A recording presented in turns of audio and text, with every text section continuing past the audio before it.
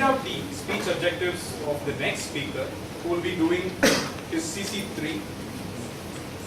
I call upon a very wonderful person who never stops talking when he comes on stage, Toastmaster Raghav.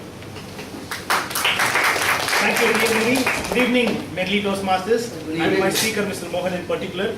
You are doing a CC3. CC3 says get to the point. Let's see what objectives your manual asks you to do. Select a speech and determine its general and specific purposes. Organize the speech in a manner that best achieves these purposes. Ensure the beginning, body and conclusion reinforce your purpose, and project sincerity and conviction and control any nervousness that you may feel.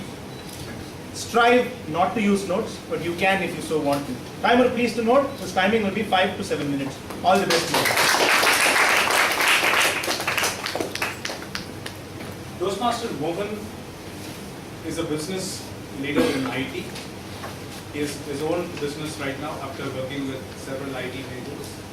He has a lot of fun with friends. Friends are basically a very integral part of his life that keeps him going from strength to strength.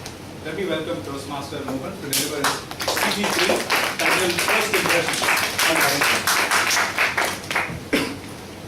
When we meet someone new or go to a new place or country, we tend to pick up things consciously or unconsciously.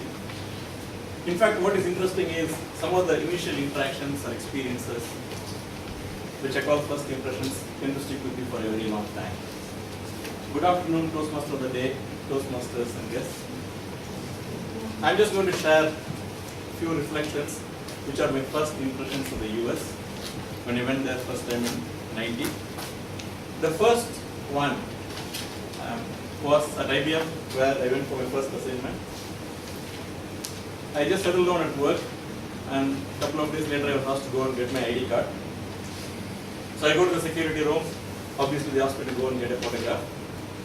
So I just go and pose, right? In 90, I don't know, this generation could be different. I just pose as a stiff person.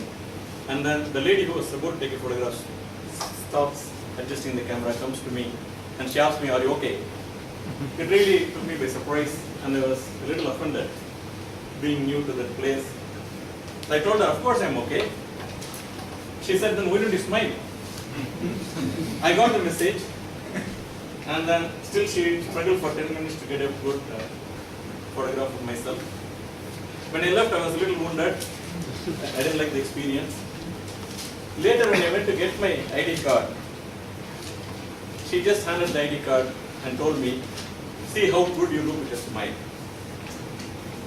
She just added, "Always smile and look your best when you pose for a photograph." My anger and discomfort the previous day went away. I just realized she was trying to be convivial. And also, she was actually trying to do her best job. She didn't leave me till she got a good photograph. So I learned to smile and pose my best always for a photograph later. That's the first one. The second one happened on a very cold day. It was a terrible weather and they expected to snow. So I got up early and drove my usual 22 miles to IBM office. And I got my coffee and rushed to the business partner's office. He was supposed to test my system, about to be launched in 2 weeks, a lot of work to be done. So I walk in, the guy who's normally in by 7 a.m. was not there. So I waited for a few minutes, went back to my room. I was wondering what will happen because I wanted to leave early due to bad weather. And at 9 a.m., he calls me and said, "Mohan, I'll be late." So I'm waiting and waiting and nothing happened till 4 p.m. I was so upset with this guy, he's my client. 4 p.m. he calls me, "Can you come down?" I just go to his office. He said, "I'm sorry, I'm late," and he gets back to work. So we keep working till 11 p.m. non-stop. It started snowing outside. At 11 p.m. he says, "Hey, it's cold, it's late, let's get going." And I'll be in at 7 a.m. tomorrow to continue. So when you go to the parking lot, he said, "Mohan, I'm really sorry for what happened today. I had a major accident when I drove to work today morning. And when I called you at 9 o'clock, actually I thought I can finish all the formalities and get back by noon. But my car was total, luckily nothing happened to me. So I finally when I came to office, I told him, "I'm really sorry." I was shocked. So I told him, "Take care." And I was leaving, I just saw two things, right? One is He had a major accident and he didn't show anything. He could hold himself with utmost emotional ease. The first thing I learned from him. And second thing is, when we were working, after he came back to office at 4 p.m. after the incident, he never showed anything of that in the workplace. So very big impression for me and something I carried till date. So that is the second one. And the third one was again very interesting, and I observed it many times later when I lived there too. When I went for an appointment on a Monday to one of my colleagues, I thought he was just going to give me the appointment, same day or whatever. But he flipped his diary and said that Thursday 2 p.m. I'm open, so we can meet on Thursday. So it was unusual, for an Indian. We like to get disturbed. Right? We don't mind giving our time. It's free for all. So I was surprised. Again, I didn't have a choice. He's again my client, right? I went back.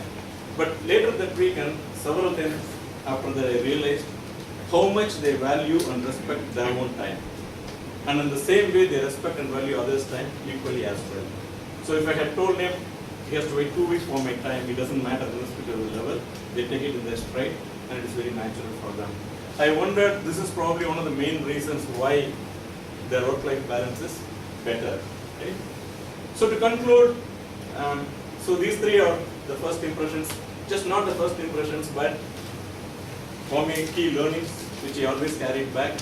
Smile and be your best when you pose for a photograph. Manage yourself well at all times, including adversity, and respect your time and others' time equally as well. Over to you, please. We are impressed with your first impressions, Toastmaster.